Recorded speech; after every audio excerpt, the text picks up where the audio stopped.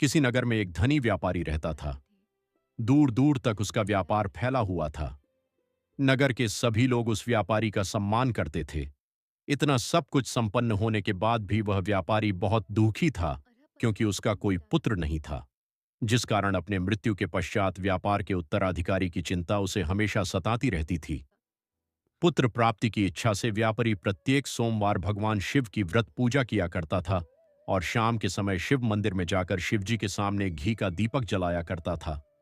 उसकी भक्ति देखकर मां पार्वती प्रसन्न हो गई और भगवान शिव से उस व्यापारी की मनोकामना पूर्ण करने का निवेदन किया। भगवान शिव बोले, इस संसार में सबको उसके कर्म के अनुसार फल की प्राप्ति होती है। जो प्राणी जैसा कर्म करते हैं, उन्हें वैसा ही फल प्राप्त होता है। शिव जी द्वारा समझाने के बावजूद मां पार्वती नहीं मानी और उस व्यापारी की मनोकामना पूर्ति हेतु वे शिव जी से बार बार अनुरोध करती रही। अंततः माता के आग्रह को देखकर भगवान भोलेनाथ को उस व्यापारी को पुत्र प्राप्ति का वरदान देना पड़ा। वरदान देने के पश्चात भोलेनाथ मां पार्वती से बोले, आपके आग्रह पर मैंने पुत्र प्राप्ति का वरदान तो दे दिया, परंतु इसका यह पुत्र 16 वर्ष से अधिक समय तक जीवित नहीं रहेगा। उसी रात भगवान शिव उस व्यापारी के स्वप्न में आए और उसे पुत्र प्राप्ति का वरदान दिया और उसके पुत्र के 16 वर्ष तक जीवित रहने की भी बात बताई। भगवान के वरदान से व्यापारी को खुशी तो हुई, लेकिन पुत्र की अल्पायु की चिंता ने उस खुशी को नष्ट कर दिया। व्यापारी पहले की तरह सोमवार के दिन भगवान शिव का विधिवत व्रत करता रहा। कुछ महीनों के बाद उसके घर एक अति सुंदर बालक ने जन्म लिया और घर में खुशियां ही खुशियां भर गईं। बहुत धूमधाम से पुत्र जन्म का समारोह मनाया गया, परंतु व्यापारी को पुत्र जन्म की अधिक खुशी नहीं हुई, क्योंकि उसे पुत्र की अल्पायु के रहस्य का पता था। जब पुत्र 12 वर्ष का हुआ तो व्यापारी ने उसे उसके मामा के साथ पढ़ने के लिए वाराणसी भेज दिया। लड़का अपने मामा के साथ शिक्षा प्राप्ति हेतु चल दिया। रास्ते में जहां भी मामा भांजे विश्राम हेतु रुकते, वहीं यज्ञ करते और ब्राह्मणों को भोजन कराते। लंबी यात्रा के बाद मामा भांजे एक नगर में पहुंचे। उस दिन नगर के राजा की कन्या का विवाह था, जिस कारण पूरे नगर को सजाया गया था। निश्चित समय पर बारात आ गई, लेकिन वर का पिता अपने बेटे के एक आंख से काने होने के कारण बहुत चिंतित था। उसे भय था कि इस बात का पता चलने पर कहीं राजा विवाह से इनकार न कर दे, इससे उसकी बदनामी भी होगी। जब वर के पिता ने व्यापारी के पुत्र को देखा तो उसके मस्तिष्क में एक विचार आया। उसने सोचा, क्यों न इस लड़के को दूल्हा बनाकर राजकुमारी से विवाह करा दूं। विवाह के बाद इसको धन देकर विदा कर दूंगा और राजकुमारी को अपने नगर ले जाऊंगा। वर के पिता ने लड़के के मामा से इस संबंध में बात की। मामा ने धन मिलने के लालच में वर के पिता की बात स्वीकार कर ली। लड़के को दूल्हे का वस्त्र पहनाकर राजकुमारी से विवाह कर दिया गया। राजा ने बहुत सारा धन देकर राजकुमारी को विदा किया। शादी के बाद लड़का जब राजकुमारी से साथ लौट रहा था तो वह सच नहीं छिपा सका और उसने राजकुमारी के ओढ़नी पर लिख दिया, राजकुमारी, तुम्हारा विवाह मेरे साथ हुआ था। मैं तो वाराणसी पढ़ने के लिए जा रहा हूं और अब तुम्हें जिस नवयुवक की पत्नी बनना पड़ेगा वह काना है।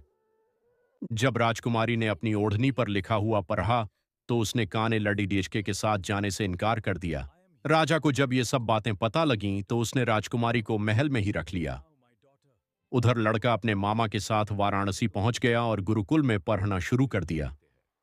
जब उसकी आयु 16 वर्ष की हुई तो उसने यज्ञ किया। यज्ञ के समाप्ति पर ब्राह्मणों को भोजन कराया और खूब अन्न वस्त्र दान किए। रात को वह अपने शयन कक्ष में सो गया। शिव के वरदान के अनुसार शयनावस्था में ही उसके प्राण पखेड़ू उड़ डौ गए। सूर्योदय पर मामा मृत भांजे को देखकर रोने पीटने लगा। आसपास के लोग भी एकत्र होकर दुख प्रकट करने लगे। लाडके के मामा के रोने विलाप करने के स्वर समीप से गुजरते हुए भगवान शिव और माता पार्वती जी ने भी सुने। माता पार्वती ने भगवान से कहा, प्राणनाथ, मुझे इसके रोने के स्वर सहन नहीं हो रहे। आप इस व्यक्ति के कष्ट को अवश्य दूर करें। भगवान शिव ने माता पार्वती के साथ अदृश्य रूप में समीप जाकर देखा तो भोलेनाथ माता पार्वती से बोले, यह तो उसी व्यापारी का पुत्र है जिसे मैंने 16 वर्ष की आयु का वरदान दिया था। इसकी आयु पूरी हो गई है।